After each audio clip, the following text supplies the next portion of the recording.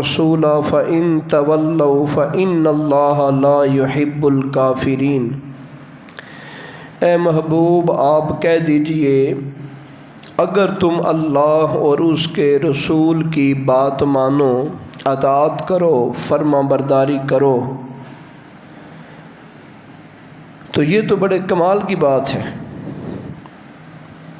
اور دوسرا پہلو فَإِن تَوَلَّوْا، اگر اس کے الٹ کرو، فَإِنَّ اللَّهَ لَا يُحِبُّ الْكَافِرِينَ، اللہ انکار کرنے والوں کو، نافرمانی کرنے والوں کو پسند نہیں کرتا، پھر اللہ ان سے ناراض ہو جاتا ہے، پھر وہ عذاب کے حقدار بن جاتے ہیں، پھر وہ اس بات کے مستحق ہو جاتے ہیں کہ اللہ ان پر اپنا عذاب جو ہے وہ بھیج دے۔ اللہ اور اس کے رسول کی اطاعت کریں گے تو اللہ کو راضی کرنا ہوا، اگر اطاعت نہیں کریں گے تو پھر یہ ناراضگی ہے۔ تو یہ ہماری زندگی کا ایک خاص مقصد اور خاص پلان ہونا چاہیے کہ یار ہم نے کسی بھی صورت اپنے رب کو، اپنے مالک کو جو ہے وہ ناراض نہیں کرنا، ہم نے ہر صورت اس کو راضی ہی راضی کرنا ہے۔ تو وہ راضی کیسے ہوں گے؟ بات ماننے سے۔ اپنی جو خواہشیں ہیں، اپنی جو مرضیاں ہیں، وہ اللہ کی بارگاہ میں پیش کر دی جائیں۔ دنیا کا کوئی کام ہو، آخرت کا کوئی کام ہو، وہ اپنی مرضی سے نہ ہو، اپنے ارادے سے نہ ہو۔ بندہ یہ تصور کرے، یہ خیال کرے کہ اس کام میں ہمارے رب کی منشا کیا ہے، اللہ کا ارادہ کیا ہے، اللہ کی مرضی کیا ہے، پھر اسی مرضی کے مطابق اپنے آپ کو ڈال لیا جائے۔ صرف یہ طریقہ ہے اس دنیا میں کامیابی کا، اللہ کی پکڑ اور عذاب سے بچنے کا۔ اللہ رب العزت اس دنیا میں کئی معاملات کی وجہ سے بندوں سے ناراض ہو جاتا ہے، صرف آخرت نہیں، دنیا۔ کئی ایسے گناہ مینشن کر دیے کہ وہ گناہ کرنے کی وجہ سے دنیا بھی تباہ ہو جاتی ہے۔ بس اس کی طرف اشارہ کرتا ہوں، والدین کے ساتھ ظلم و جبر، والدین کے ساتھ ظلم و تشدد، زیادتی ان گناہوں میں سے ہے جن گناہوں کی سزا قبر میں تو ملنی ہی ملنی ہے، حشر میں ملنی ہی ملنی ہے، لیکن روایات میں فرمایا بندہ اس وقت تک نہیں مرے گا جس وقت تک دنیا کے اندر بھی اس کو سزا نہ دے دی جائے۔ تو یہ صرف ایک گناہ نہیں، کئی گناہ ایسے ہیں۔ مظلوم جس کے اوپر ظلم کیا جاتا ہے، فرمایا اس کی بد دعا اور عرش کے درمیان کوئی حجاب نہیں ہوتا۔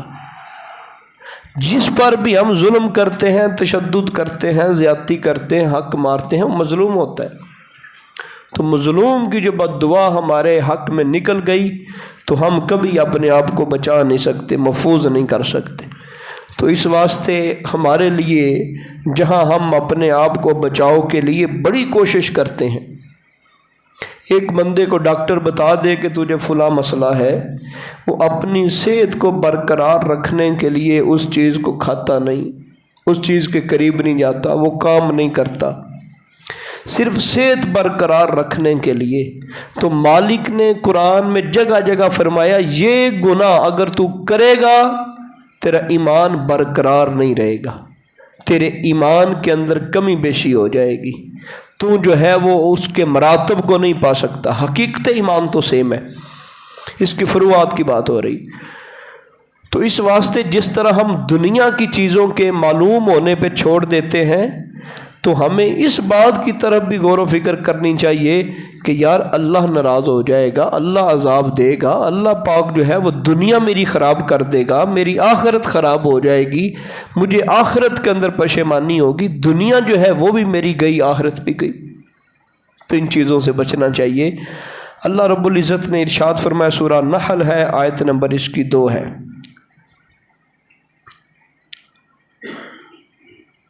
وَضَرَبَ اللَّهُ مَثَلًا قَرْيَةً كَانَتْ آمِنَةً مُطْمَئِنَّةً۔ اللہ پاک نے فرمایا اللہ مثال بیان کرتا ہے، مثال ہوتی ہے سمجھانے کے لیے، ایک پریکٹیکل تمہارے سامنے بیان کرتا ہے لوگوں کا کہ اللہ نے دیکھو کیا کیا، انہوں نے کیا کیا تھا. ضرب اللہ مثلا قریۃ، اللہ نے ایک بستی کی مثال تمہارے سامنے رکھی. کانت آمنۃ مطمئنہ، وہ ایسی عظیم بستی ہے وہاں امن بھی تھا، اطمینان بھی تھا. یہ دو بڑی نعمتیں ہیں. یہ ایسے نہیں ہوتا کہ ہر وقت امن ہو اور اطمینان بھی ہو، ایسا نہیں ہوتا. کتنے ایسے لوگ ہیں جو گھروں میں امن کے ساتھ تو رہتے ہیں، ان کو خطرہ نہیں ہے کہ مجھے کوئی آ کے فائر کر دے گا، انہیں خطرہ نہیں ہے کسی، لیکن دل ان کا مطمئن نہیں ہے. یہ اطمینان مطمئن اتنا اعلیٰ درجہ ہے. اللہ قیامت کے دن ولیوں کو فرمائے گا یا ایتھا النفس المطمئنہ، اتنا بڑا درجہ ہے، اتنا اعلیٰ مقام ہے. تو فرمایا وہ بستی والے ایسے تھے کہ اللہ نے ان کو امن بھی دیا، اطمینان بھی دیا. ایک تو یہ بات ذہن میں رکھیں، جس بستی کی مثال اللہ بیان فرما رہا ہے ان کو امن بھی دیا، اطمینان بھی دیا. اور پھر کیا فرمایا؟ یأتیہا رزقہا رغدا من کل مکان، اتنا رزق اللہ نے دیا، اتنا رزق دیا، ہر طرف سے رزق، اتنا مالک نے رزق دیا. یأتیہا رزقہا، اللہ نے ان کو رزق دیا، رغدن بہت زیادہ، من کل مکان ہر جہت سے، اوپر سے بھی نیچے سے بھی، دائیں سے بھی بائیں سے بھی، آگے سے بھی پیچھے سے بھی. جہتیں 6 بنتی ہیں. تو جب اللہ نے یہ فرما دیا من کل مکان، تو جتنے بھی مکان ہیں، جتنی بھی جگہ ہیں، ہر جگہ سے ان کو رزق اللہ تعالیٰ نے دیا. ہوا کیا؟ فَكَفَرَتْ بِأَنْعُمِ اللَّهِ، انہوں نے اللہ کی نعمتوں کی ناشکری کی. اللہ کی نعمتوں کی ناشکری کیا ہے؟ گناہ کرنا. یہ اللہ کی نعمت کی ناشکری ہے، یہ ذہن میں رکھے. مالک بندے کو عطا کرے، یہ نافرمانی کرے، یہ اس کی نعمتوں کی ناشکری ہے. اللہ اس کے اوپر اپنے رزق کے دروازے کھول دے، یہ اپنا سر سجدے میں نہ رکھے. اللہ نے اس کی اور اس کی اولاد کی آمدنی بہت زیادہ کر دی، انہوں نے شراب نوشی شروع کر دی، یہ ناشکری ہے. اللہ نے دولت زیادہ کر دی، انہوں نے وہ ناچنے والی گھر کے اندر بلا لی. یعنی آپ دیکھیں ہمارے معاشرے میں جیسے جیسے اللہ نے برکت زیادہ دی، لوگوں نے سرکشی زیادہ کر دی، بغاوت زیادہ کر دی، دور بھاگنا شروع کر دیا. یہ الٹ نہیں معاملہ ہو گیا؟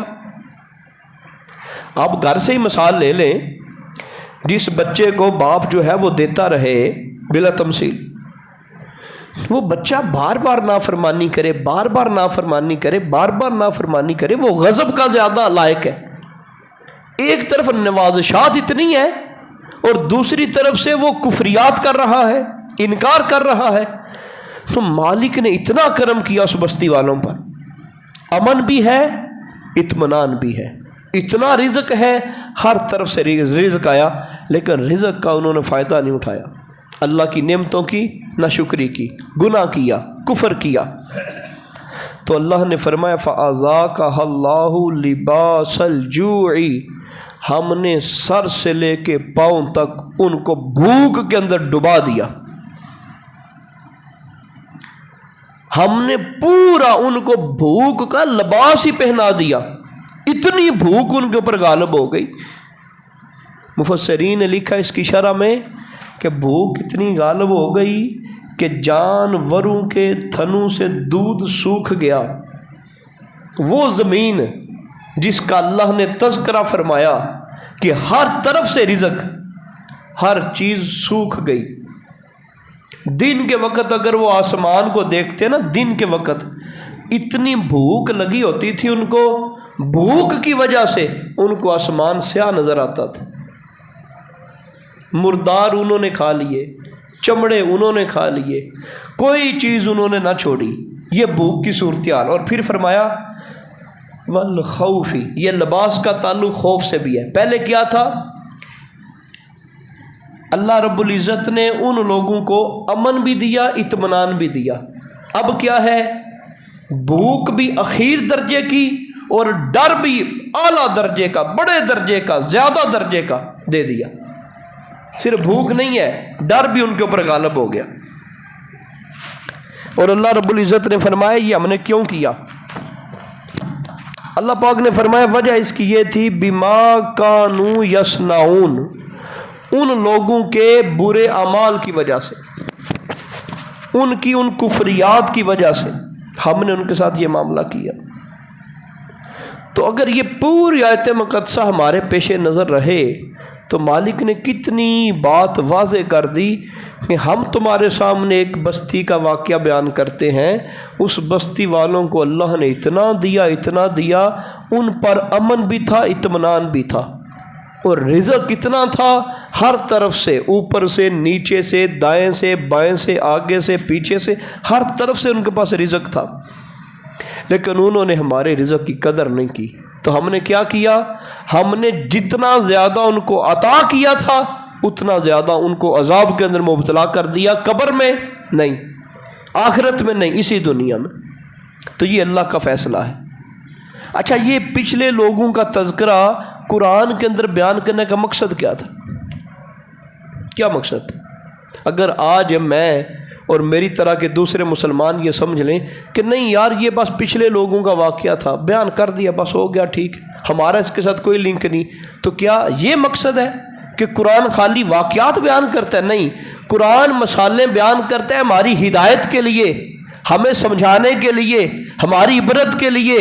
قرآن کہتا ہے یہ دیکھو ان لوگوں کے ساتھ ایسا کیا ہے، تم ایسا کرو گے کہ تم بھی اس گناہ کے اور اسی سزا کے حقدار بن جاؤ گے، تم بچ کے رہنا۔ یہ قرآن کا اسلوب ہے، یہ قرآن کا انداز ہے۔ اس لیے ان پچھلی چیزوں کو اور صورتوں کو اور آیتوں کو اللہ رب العزت نے بیان کیا کہ ہم ان سے اصلاح لیں، ہم اپنی اصلاح کریں، ہم اپنے من کو جھنجھوڑیں۔ ہمارے ساتھ بھی یہی کیفیت نہیں؟ ہم دیکھ لیں سارا زمانہ پھر کے، ہمارے آباء و اجداد کی کیا صورتحال تھی اور ہماری صورتحال کیا ہے۔ اوورآل آپ دیکھیں نا، پیچھے چلے جائیں، آپ کو لوگوں کے مکان کچے نظر آئیں گے۔ دادا کے پاس اور بابا کے پاس بمشکل سائیکل ہوتا تھا، اب اللہ نے کاریں بھی دے دی، موٹر سائیکل بھی دے دیا، لیکن وہ پھر کسی حد تک اللہ سے ڈرتے تھے، ہم تو کوئی نہیں ڈرتے۔ وہ گناہوں سے ڈرتے تھے، عبادات کے کسی حد تک قریب تھے، ہم تو دور ہیں۔ چاہیے کیا تھا؟ چاہیے تو یہ تھا جس طرح مالک جتنا زیادہ پھل دیتا ہے کسی درخت کو اور وہ پھل کے زیادہ ہونے پر اور جھکتا چلا جاتا ہے، اور جھکتا چلا جاتا ہے، اور پھر ہمیں وہ باغ نظر آتے ہیں جو مالٹے کا باغ ہے، اتنا پھل اللہ لگا دیتا ہے وہ اکڑتا نہیں ہے، پھل لگنے پہ وہ سیدھا نہیں ہوتا، وہ جھک جاتا ہے، اتنا جھکتا ہے کہ اس کی ٹہنیاں زمین کے اوپر لگ رہی ہوتی۔ اور جیسے جیسے اللہ انسان کو پھل دیتا ہے، اللہ نے اولاد بھی دے دی، بیوی بھی دے دی، جو ہے وہ بزنس بھی دے دیا، کاروبار دے دیا، سر ڈھکنے کے لیے چھت دے دیا، سب کچھ رب نے دے دیا۔ اس نے کیا کیا؟ یہ اکڑ کے کھڑا ہو گیا۔ نمائندہ جو یہاں اذان آ کے دیتا ہے، وہ آ کے اپنے ابا جی کا اعلان کرتا ہے،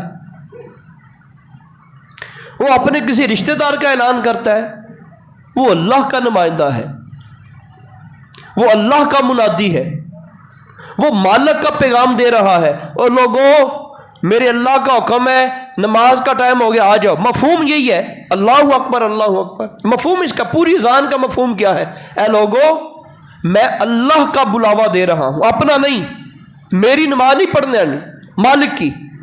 اللہ کا بلاوا ہمیں مل رہا ہے، جس مالک نے اولاد دی، جس مالک نے رزق دیا، جس مالک نے زندگی کی ہر نعمت دی، اس مالک کا بلاوا دینے والا بلاوا دے رہا، آ جاؤ۔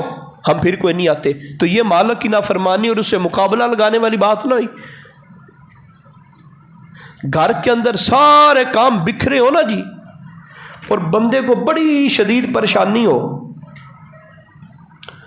تو کسی چھوٹے سے عہدے والے بندے کا گھر کے اندر کوئی رکا آ جائے، کوئی پیغام آ جائے، تو سر پکڑ کے بیٹھ جاتے ہیں، اوئے ہوئے ہوئے، یا 10 منٹ کا ساڈے کول ٹائم نہیں، اج اسی بزی بڑے ہاں، سارے کام کھولے نے، پر یار وہ پیغام آ گیا، جانا پینا ہے، جانا پینا ہے، جائے بنا گل نہیں بنتی۔ اچھا یار کچھ بھی نہیں نا, اچھا اپنے منڈے نو ٹھوڑ دینا, میں نہیں جانا. وہ کسی نہ کسی کو ضرور وہ ناراض ہو جائے گا, وہ کہے گا میرے سدے کے اوپر بھی کوئی نہیں آئے اور میرے بلاوے پر بھی کوئی نہیں آئے. وہ ہمیں جو کارڈ دینے آیا تھا, ہم نے بندہ بھیجا تھا, وہ کارڈ دینے والا یہ تو نہیں ہوتا, وہ جو دینے والا ہے وہ کہتے کس کی طرف سے آیا ہے, فلان چودھری کی طرف سے آیا ہوں. اذان دینے والا وہ نہیں ہے جو اذان دے رہا ہے, وہ اس مالک کی طرف سے اذان دے رہا ہے. ہم نے کبھی یہ نہیں سمجھا جو میرے دروازے پہ کارڈ دینے کے لیے آئے, میں نے کبھی نہیں سمجھا کہ یہ بندہ, میں نہ وہ جب آ کے نام لیتا ہے نا جی, فوراً اس بندے کا ذہن میرے کے اندر بات آ جاتی, نہیں یار یہ رکا دینے والا یہ نہیں ہے, یہ وہ ہے جس نے بھیجا ہے. تو ہم اذان کے وقت اہمیت ہی کوئی نہیں, ہم کہتے نہیں وہ مولوی صاحب نے اذان دے دی, وہ فلاں بزرگوں نے اذان دے دی, وہ بزرگوں نے اذان نہیں دی, وہ مالک کا نمائندہ بن کے بلا رہا ہے. وہ کہہ رہا ہے میری نماز نہیں پڑھنی, میرے ابا جی کی آگے تعریف نہیں کرنی, آؤ میرے اللہ کی بارگاہ میں جھکو, میرے اللہ کا حکم ہے, اللہ کے کہنے پہ میں لوگوں تمہیں بلا رہا ہوں. ہم پھر کوئی نہیں آتے. تو کیا مالک حق نہیں بنتا؟ میرے گھر کے اندر اب نقصان ہونا شروع ہو جائے, اب میری اولاد نافرمان ہو جائے, اب مجھے طرح طرح کی بیماریاں لگ جائیں, اب گھروں کے اندر جو ہے وہ مسائل طرح طرح کے بننے شروع ہو جائیں, پھر عجیب معاملہ ہے. پھر ہم کہتے پتہ نہیں کیا مسئلہ ہے, ہمارے گھر سے پیسے نکل جاتے ہیں, وہ کوئی چیز اٹھا کے چلی جاتی ہے, ہمارے زیورات بھی چلے جاتے ہیں, پھر ہم حساب لگانے کے لیے چلے جاتے ہیں. وہ کہتے ہیں نہیں یہ تمہارے گھر کے اندر وہ فلاں لفظ ہے جس کا نام بنتا ہے نا جی, یہ اس نے کیا ہے, نہیں یہ بہو نے کیا ہے, نہیں یہ فلاں نے کیا ہے. ہم اسی چکروں میں سر وہ اللہ کا عذاب. چلیے تو مالک کا ہر روز بلاوا ہوتا ہے, یار آ جاؤ 10 منٹ واسطے, آ جاؤ فرض پڑھ کے ٹر جی, آ جاؤ. فکر ہی کوئی نہیں, نہ مجھے فکر ہے نہ میری اولاد کو فکر ہے, سارے سوئے ہوئے ہیں, کوئی نہیں. تو پھر یہ نقصان ہونا ہے. مالک نے فرمایا ان لوگوں نے ہماری نعمتوں کی قدر نہ کی. ہم نے کیا کیا؟ ہم نے ان کو بھوک کا اور خوف کا لباس ہی پہنا دیا, حد درجے کا ان کو بھوک کے اندر اور خوف کے اندر مبتلا کر دیا.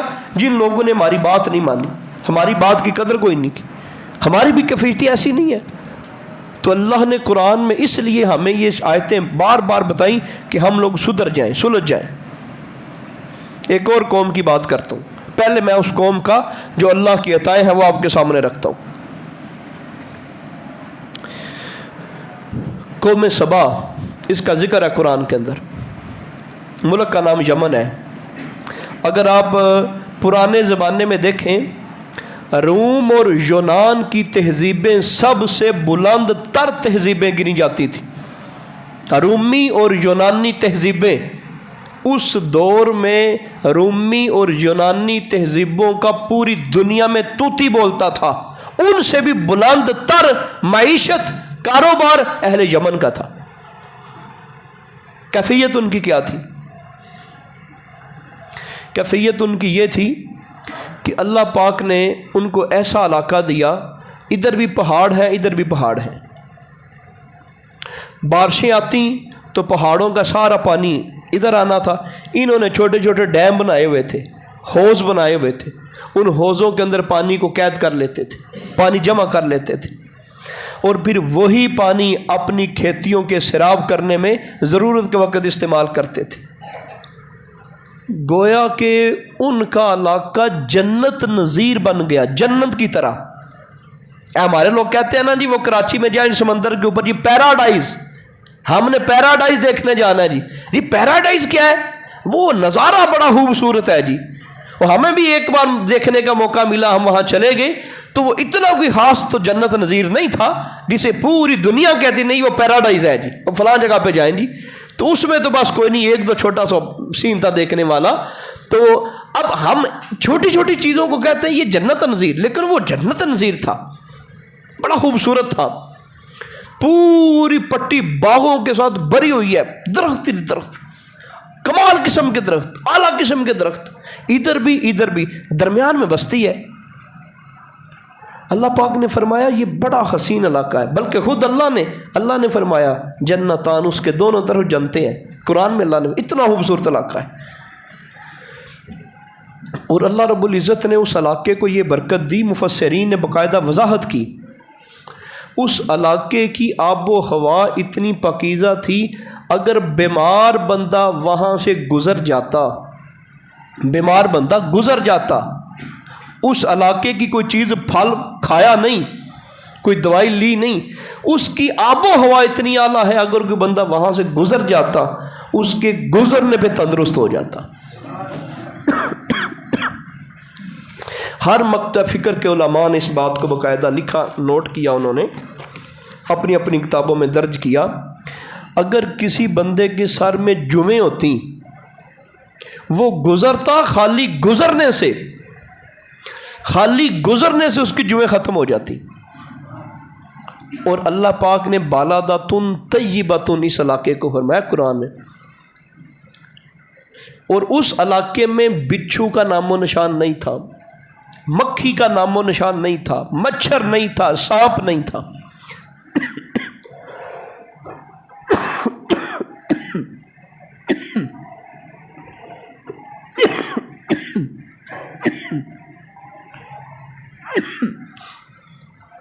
یہ تو تھوڑا سا پس منظر میں نے بیان کر دیا اس علاقے کا۔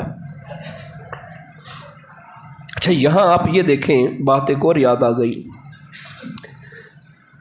اس میں تو کسی کو اختلاف نہیں کہ ملک یمن اللہ نے اتنا اعلیٰ بنایا، بیمار داخل ہو جاتا تندرست ہو جاتا، شہر مدینہ کی کیا بات ہوگی، شہر مکہ کے نظارے کیا ہوں گے، جس کی عظمت ہمیشہ سے مسلم ہے۔ تو یہ تو قرآن اس بات کے اوپر گواہ ہے، اور مفسرین نے، کسی مسلک کے مفسرین ہو، ساروں نے لکھا کہ واقعی یہ جو اللہ نے فرمایا وہ بالاداتن طیباتن تھا، وہ شہر بڑا پاکیزہ تھا۔ اس کے پاکیزہ ہونے کی بات یہ ہے وہاں سانپ ہی نہیں تھا، وہاں مکھی نہیں تھی، مچھر نہیں تھا، بیمار آ جاتا تندرست ہو جاتا، کوئی مرض والا آتا تندرست ہو جاتا۔ جب یمن کی یہ صورتحال ہے تو مکہ اور مدینہ کی کیا صورتحال ہوگی؟ وہاں اللہ کی کتنی برکتیں ہوں گی، وہاں اللہ کتنا نوازتا ہوگا۔ یہ پس منظر آپ اپنے ذہن میں رکھیں۔ اب قرآن پڑھتے ہیں۔ اللہ رب العزت کا قرآن میں ارشاد ہے، لَقَدْ كَانَ لِسَبَإٍ فِي مَسْكَنِهِمْ آیَةٌ، فرمایا بے شک لوگوں کے لیے اہل سبا کی بستیوں میں نشانی ہے، قوم سبا کی بستیوں میں نشانی ہے۔ جنتانی عن یمین و شمال، دائیں اور بائیں ان کے جنتیں ہیں، ان کے دائیں اور بائیں باغات ہیں۔ قرآن کی آیتیں ہیں، جنتانی عن یمین و شمال، ان کے دائیں بائیں باغات ہیں۔ کلو من رزق ربکم واشکروا لہ، ہم نے کہا اللہ کے دیے ہوئے رزق میں سے کھاؤ، اس کا شکر ادا کرو۔ بالاداتن طیباتن، تمہارا تو شہر بڑا پاکیزہ شہر ہے۔ اللہ کہے جس کو پاکیزہ، وہ کتنا پاکیزہ ہوگا، مالک جس کو کہے۔ فرمایا وَرَبٌّ غفور، جہاں تک اللہ کی بات ہے اللہ تو پالنے والا ہے اور عفو و درگزر فرمانے والا ہے۔ پھر ہوا کیا؟ وہی ہوا جو ہم کرتے ہیں۔ فَأَعْرَضُوا فَأَرْسَلْنَا عَلَيْهِمْ سَيْلَ الْعَرِمِ، پھر انہوں نے اعراض کیا، منہ پھیر لیا، نافرمانیاں کی، ہماری نعمت کی قدر کوئی نہ کی، سجدہ ریزی کوئی نہ کی، اللہ کی نعمتوں کا شکر ادا کوئی نہ کیا، اللہ کے احکام کی اطاعت کوئی نہ کی، تو فرمایا فَأَرْسَلْنَا عَلَيْهِمْ، ہم نے ان کے اوپر نازل کر دیا سیل العرم، ایسا طوفان جس کے اندر ہوا کی کثرت اور بارش کی کثرت تھی، اس نے ہر شے کو تباہ کر کے رکھ دیا۔ اور کیسی تباہی کی؟ فرمایا وَبَدَّلْنَاهُمْ بِجَنَّتَيْهِمْ جَنَّتَيْنِ ذَوَاتِي أُكُلِ خَمْطٍ وَأَصْلٍ وَشَيْءٍ مِّن سِدْرٍ قَلِيلٍ، فرمایا ایسی جنتوں کو ایسی جنتوں کے ساتھ تبدیل کر دیا، ان کی جو جنتیں تھیں، جنت اصل باغ ہوتا ہے، ان کے باغوں کو ایسے باغوں کے ساتھ تبدیل کر دیا جس میں کیکر کے درخت، جس میں جھاڑیاں اور کچھ بیری کے درخت رہ گئے، سارے باغات، سارے پھل ختم ہو گئے، وہ جو ریل پھیل تھی پھلوں کی، وہ جو موج مستی تھی، وہ جو نظارے تھے، وہ جو حسن تھا، وہ سارا ختم ہو گیا، ہر شے تباہ ہو گئی۔ اللہ نے فرمایا ہم نے ایسا طوفان بھیجا، ہر شے تباہ کر دی۔ ذالک جزیناہم بما کفروا وہل نجازی الا الکفور، اور فرمایا ہم نافرمانی کرنے والوں کو یہی بدلہ دیا کرتے ہیں۔ یہ ان کی نافرمانی کی وجہ سے تھا، ناشکری کی وجہ سے تھا، ہمارے اعمال سے منہ پھیرنے کی وجہ سے تھا، ہماری نافرمانی کی وجہ سے تھا۔ پتہ نہیں کیا مسئلہ ہے، ہماری کیفیت یہ بن گئی ہے یا بنا دی گئی ہے، ہمیں کوئی بھی مسئلہ ہو ہمارا ذہن یہی ہے کسی نے تعویذ ڈال دیے ہیں، بس اس کے آگے ہم جاتے ہی کوئی نہیں، سوچ ہی نہیں جاتی، نہ یار کسی نے تعویذ، کسی نے جادو، نہ نہ نہ نہ نہ، بس کوئی نہیں، وہ کسی نے میرا کام خراب کر دیا۔ میں یہ کیوں نہیں سوچتا کہ یار اللہ کا منادی ندا دیتا ہے آؤ نماز کی طرف، میں کوئی نہیں پڑھتا، اللہ کہتا ہے فلاں گناہ نہیں کرنا، میں وہ نہیں چھوڑتا، یہ ہمارا ذہن کیوں نہیں جاتا؟ قرآن بار بار یہی کہتا ہے، قرآن کہتا ہے ہم نے ان کی جنتوں کو دوزخ بنا دیا، ان کے باغات کو کھنڈرات میں تبدیل کر دیا، ان کی فصل بہار کو خزاں میں تبدیل کر دیا۔ وجہ کیا تھی؟ وجہ یہ تھی وہ نافرمان ہو گئے تھے۔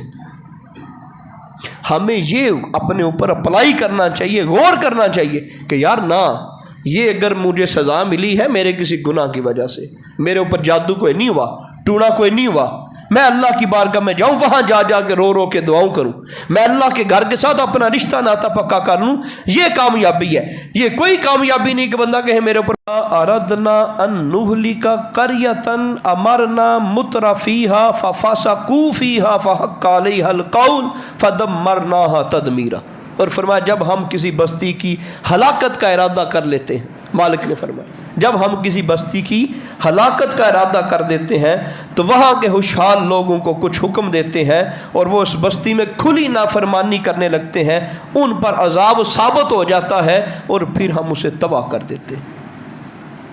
جن لوگوں کا شعور ہے، جن کو سمجھ ہے، خوشحالی میں صرف دولت ہی مراد نہیں، جن کا وچکا ہے، جن کا کہنا ہے، جو صاحب اقتدار ہے، جو صاحب ثروت ہیں، صاحب دولت ہے، جن کی سنی جاتی ہے، وہ پھر معنی بھی کوئی نہیں کرتے۔ آج دیکھ لیں کوئی ہمارے ہاں گناہ کرے، کہتے کوئی نہیں جی، ہر بندہ اپنے اپنے کام میں لگا ہوا ہے، کوئی نہیں، کوئی سنتا ہی کوئی نہیں، کوئی نہیں، کوئی مانتا ہی کوئی نہیں، تو مالک نے فرمایا پھر ہمارا عذاب ان کے اوپر لازم ہو جاتا ہے۔ رسول پاک صلی اللہ تعالیٰ علیہ وآلہ وسلم کا حکم ہے ان تجتنبوا کبائر ما تنہون عنہ نکفر عنکم سیئاتکم وندخلکم مدخلا کریما۔ ارشاد فرمایا مالک نے کہ اگر تم بڑے بڑے گناہوں سے اپنے آپ کو بچا لو، بڑے بڑے گناہوں سے اپنے آپ کو بچا لو، چھوٹے گناہ ہم معاف کر دیں گے،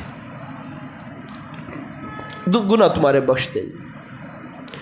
اور فرمایا ہم کیا کریں گے، تمہیں جنت کے اندر بڑے عزت احترام کے ساتھ داخل کر دیں گے۔ دو پہلو ہمارے سامنے ہو گئے، اگر تم اللہ کی نافرمانی کریں تو پھر کیا ہوتا ہے وہ آپ کے سامنے۔ انہوں نے کبیرہ گناہ کیے نا جی، یہ جو ساری بات ہم کر رہے ہیں، ان بستیوں کو جن کو اللہ نے تباہ کیا، وجہ کیا تھی؟ کبیرہ گناہ کرنے والے تھے، ان کے گناہوں کی وجہ سے اللہ نے ان کو تباہ کر دیا، ککھ نہ ان کا بچا۔ وہ جو دولت کے انبار تھے، وہ جو شہرت کے انبار تھے، وہ جو ہر طرف سے رزق آتا تھا، وہ جو دائیں بائیں باغات تھے، سارے کے سارے تباہ کیوں کیے؟ ان کے گناہوں کی وجہ سے۔ اور ہمیں مالک نے کیا فرمایا؟ فرمایا اللہ کے بندو سمجھ جاؤ، بڑے بڑے گناہوں سے اپنے آپ کو بچا لو، اور ہم جو کوئی چھوٹا موٹا اونچ نیچ تمہاری زندگی کے اندر رہ گئی ہم ویسے ہی معاف کر دیں گے۔ مالک نے تو اتنی چھوٹ ہمیں دی، ہم بارگاہ الہی میں حاضری کا موقع تو اپنے آپ کو دیں، یہاں حاضر تو کریں۔ حدیث پاک ہے جو بندہ فجر کی نماز پڑھتا ہے اور اپنے آپ کو کبیرہ گناہوں سے بچاتا ہے، فجر اور عشاء کے درمیان ہونے والے صغیرہ گناہ اللہ نماز کی وجہ سے معاف کر دیتے۔ اس بندے نے زور کی نماز باجماعت پڑھی، کبیرہ گناہوں سے اپنے آپ کو اس نے بچایا، صغیرہ زور پڑھنے سے معاف ہو جائیں گے۔ جس نے ایک جمعہ پڑھا دوسرے جمعہ تک اپنے آپ کو اس نے کبیرہ گناہوں سے بچا کے رکھا، صغیرہ اللہ معاف کر دے گا۔ اور بندے کو کیا چاہیے؟ وہ اتنا بڑا پیکج، اتنی بڑی نعمت، اتنا مالک کا کرم، وہ اتنا نواز رہا ہے، بندہ پھر بھی اس کے قریب نہ جائے تو یہ کتنا گھاٹے والا سودا ہے۔ میں کو جلدی تھوڑے کبیرہ گناہوں کے بارے میں بتا دیتا ہوں۔ یاد آؤ، شرک کرنا کبیرہ گناہ ہے، قتل کرنا کبیرہ گناہ ہے، والدین کی نافرمانی کرنا کبیرہ گناہ ہے، عورت کے اوپر تہمت لگا دینا، جادو سیکھنا سکھانا، سود لینا، یتیم کا مال کھانا، ریاکاری کرنا، حسد کرنا، دل کے اندر کینہ بٹھا رکھنا، تکبر کرنا، خود پسندی کے اندر مبتلا ہو جانا، کسی کو حقیر جاننا، بدگمانی کرنا، دھوکہ دینا، لالچ کرنا، حرص کرنا، تنگ دستی کی وجہ سے فقیروں کا مذاق اڑانا، تقدیر الہی پہ ناراض ہو جانا، گناہ پر خوش ہونا، ہاں وہ چھوٹا گناہ ہو، گناہ پر خوش ہونا، گناہ پر اصرار کرنا، گناہ کا اعلان کرنا، او میں فلاں کام کیا، میں فلاں فلم دیکھ کے آیا، او فلاں جگہ تے شراب نوشی کر کے آئے ہیں، گناہ کر کے پھر گناہ کا اعلان کرنا، یہ اور بڑا گناہ ہو جاتا ہے۔ زکوٰۃ ادا نہ کرنا، رمضان کا روزہ چھوڑ دینا، قدرت کے باوجود حج ادا نہ کرنا، مرد کا عورتوں سے مشابہت اختیار کرنا، عورتوں کا باریک لباس پہنانا، عورتوں کا باریک لباس پہننا، مصیبت کے وقت چہرہ نوچنا، واویلا کرنا، نوحہ کرنا، مقروض کو بلا وجہ تنگ کرنا کہ ابھی اس نے جو ٹائم لیا تھا وہ ٹائم آیا نہیں ہے تو بغیر وجہ اس کو تنگ کرنا، سود لینا، حرام ذرائع سے روزی کمانا، ذخیرہ اندوزی کرنا، ذخیرہ اندوزی کے اندر بھی تفصیل ہے، جو منع ہے وہ ذخیرہ اندوزی، شراب بنانا، پینا، لینا دینا، جتنے بھی لوگ ملوث ہیں، ناپ تول میں کمی کرنا، گناہ کے کام میں مال خرچ کرنا، مشترکہ کاروبار میں ایک شریک کا دوسرے شریک کے ساتھ، اپنے پارٹنر کے ساتھ خیانت کرنا، غیر کے مال پر قبضہ کر لینا، اجرت دینے میں تاخیر کرنا، یہ بھی کبیرہ گناہ ہے۔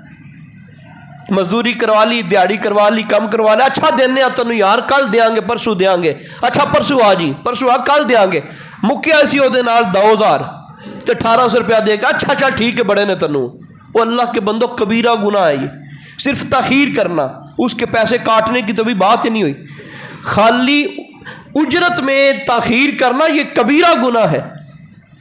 اور ایمانت کے اندر خیانت کرنا، یہ تقریباً کوئی جلدی میں نے 40 کے قریب جو ہے وہ کبیرہ گناہوں کی لسٹ بیان کر دی۔ تو اگر ہم نے اپنے آپ کو بچا لیں، اللہ کرم فرماتا ہے، ہر معاملے میں خیر ہو جاتی۔ اللہ پاک رحمت فرمائے، اللہ پاک عمل کی توفیق عطا فرمائے اور ہمیں نیکیاں کرنے کی توفیق عطا فرمائے، آمین۔